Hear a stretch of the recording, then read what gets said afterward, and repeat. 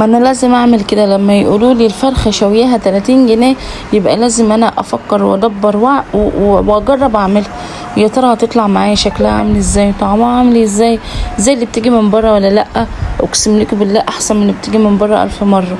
كفايه انا عارفه انا عاملاها ازاي، مغسوله ازاي، ايه نوع التوابل اللي عليها، وكل حاجه كده ان شاء الله تطلع معاكي زي الفل.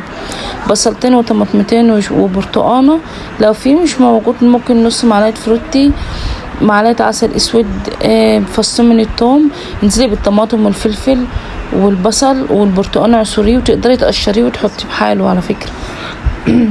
كده كده احنا هنصفي الخلطه دي يعني. انا عصرت البرتقانه اللي كانت معايا، واحيانا بخزن البرتقان ده في الفريزر عشان الحاجات اللي زي دي.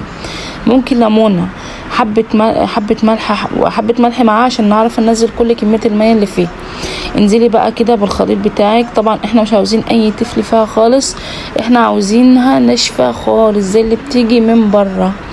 ان شاء الله هتطلع معاكي احسن كمان، وهتجربيها وهتصدقي يعني. طبعا علبتين زبادي على كل فرخه، علبه زبادي ايا كان العدد اللي معاكي، على اي فرخه علبه زبادي. لازم زبادي عشان خاطر ايه، هو بيطر الفراخ وبيخليها ايه كويسه وكده.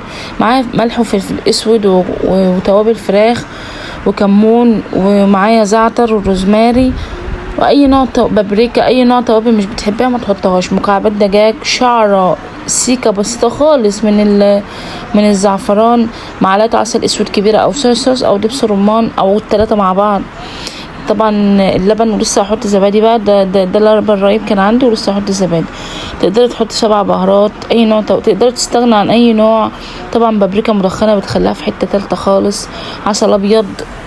بصوا الفراخ بتاعتي مغسوله ومنقوعه، الفراخ دي فراخ تربيه بيتي يعني، مش عاوزه اقول لكم الفراخ دي هتكون عامله ازاي. تمام. بالذات الزبادي يا جماعه بصراحه اساس الوصفه. الزبادي حلو جدا. حطيت ورقه اللورا بقى كده كمان عشان ينزلوا العصاره بتاعتهم في قلب الخليط ده، وعصرت كمان ليمونه وحطيت قشرتها كده في قلب الخليط بتاعي، وبايدي كده بقى ومسجتها. وكده كده في كمان فراخ بس الكاتش لسه جت، دي كانت معموله من بالليل. وجيت بقى ايه فتحتها بالسكينه، هفتحها بالسكينه كده، والصينيه بتاعتي مش هتكفي، ومش هينفع احط الصينيه كمان في قلب الفرن، ومش هينفع احط دي ساعه ونص وارجع احط التانية ساعه ونص كمان. فهعمل ايه، هقول لكم دلوقتي انا هعمل ايه. حطيت الثلاثه دول. طبعا الفراخ اللي معايا الحجم بتاعها ما يعديش 1.5 كيلو. جبت الشبكه بتاعه الميكروويف بتاعي ده، وقمت جايه ايه حاطه عليها الفرخه اللي باقيه. وتقدري ان انت ايه تفتحيها برضو عادي، بس انا عاوزه اقول لكم ان المفتوحه كانت احلى من المقفوله بصراحه بما يرضي الله يعني. وجيت بقى كده بالفويل، وقمت جايه مغلفاها وحطاها في الفرن، مولعه من فوق من تحت، الفرن يسخن جدا.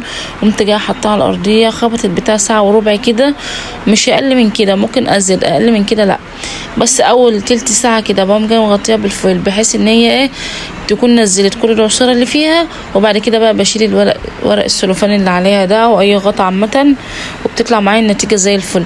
شويه بطاطس بقى كده لزوم حبشتكنات، قشرتهم وقطعتهم قدر الامكان، حاولت اقطعهم رفيع زي ما انا عاوزه. الفراخ بقى طبعا كل شويه بس اسقلها من الخليط اللي باقي معايا.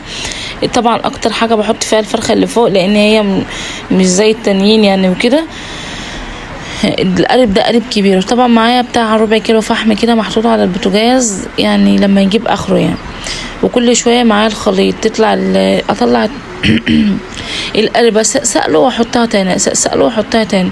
ودي كنت طلعتها كنت بس رجعت تاني قلت عاوزه لونها يبقى احمر عن كده. ايه اللي حصل في دربكه حصلت كده. الشبكه سخنه والفرخه سخنه والبوتاجاز سخن والجو حر بس هو ده كل الموضوع. طبعا الفحم بتاعي حطيته على حته من الورق الفويل كده. وبعدين طبعا انا كنت بقى كشفت الفويل من على الفراخ، ولعت الشرايح من فوق من تحت.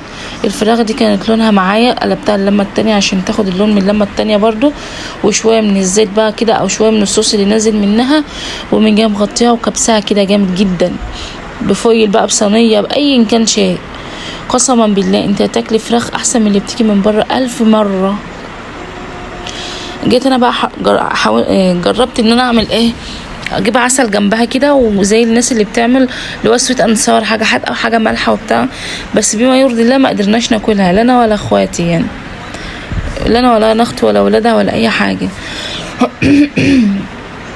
وجبت بقى شويه جزر كده وشويه بصل كنت عاملاهم بالسماق وشعرة ملح، والبطاطس المقليه جميله، وممكن سلطه خضراء ومخلل، وتقريبا كنت عامله شويه رز بشعريه، والطحينه اساس الوصفه دي اصلا، وشويه مخلل كده من قلبك يحبهم. اقسم لكم بالله الفراخ كانت دايبه، سيرفيس بقى سلطه كده من قلبك يحبه. يكون الفيديو عجبكم واستفدتوا منه اي شيء، ولو كان بسيط ما تنسونيش في لايك وشير وسبسكرايب للقناه. اشوفكم في رعايه الله، والسلام عليكم ورحمه الله وبركاته.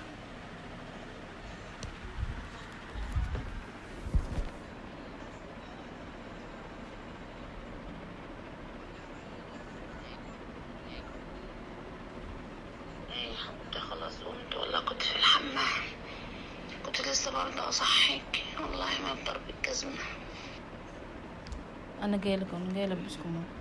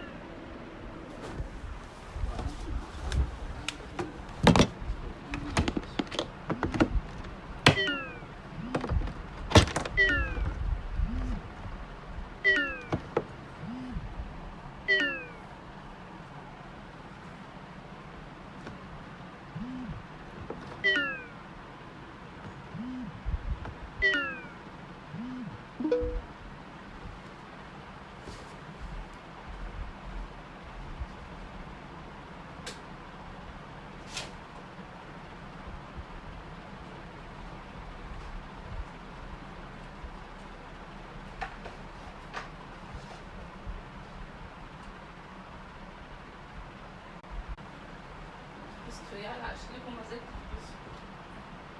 انا لسه مستنيه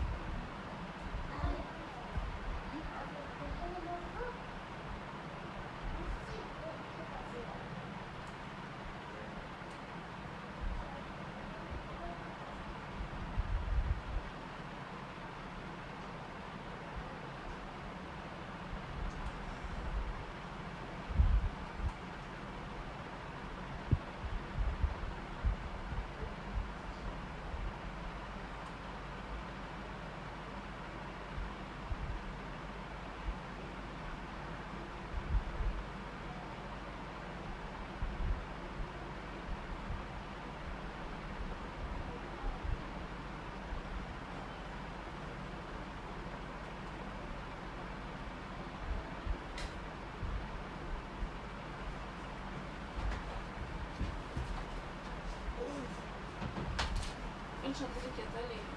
شنطتي هنا جنبك على الدب. لا طبعا مش هستعملها كل الجلوس دي، بس انا مش عارفه انت محتاجه جنب فين؟ مش هنا. لا تعمل برا في الصالة على الترب. هتعب.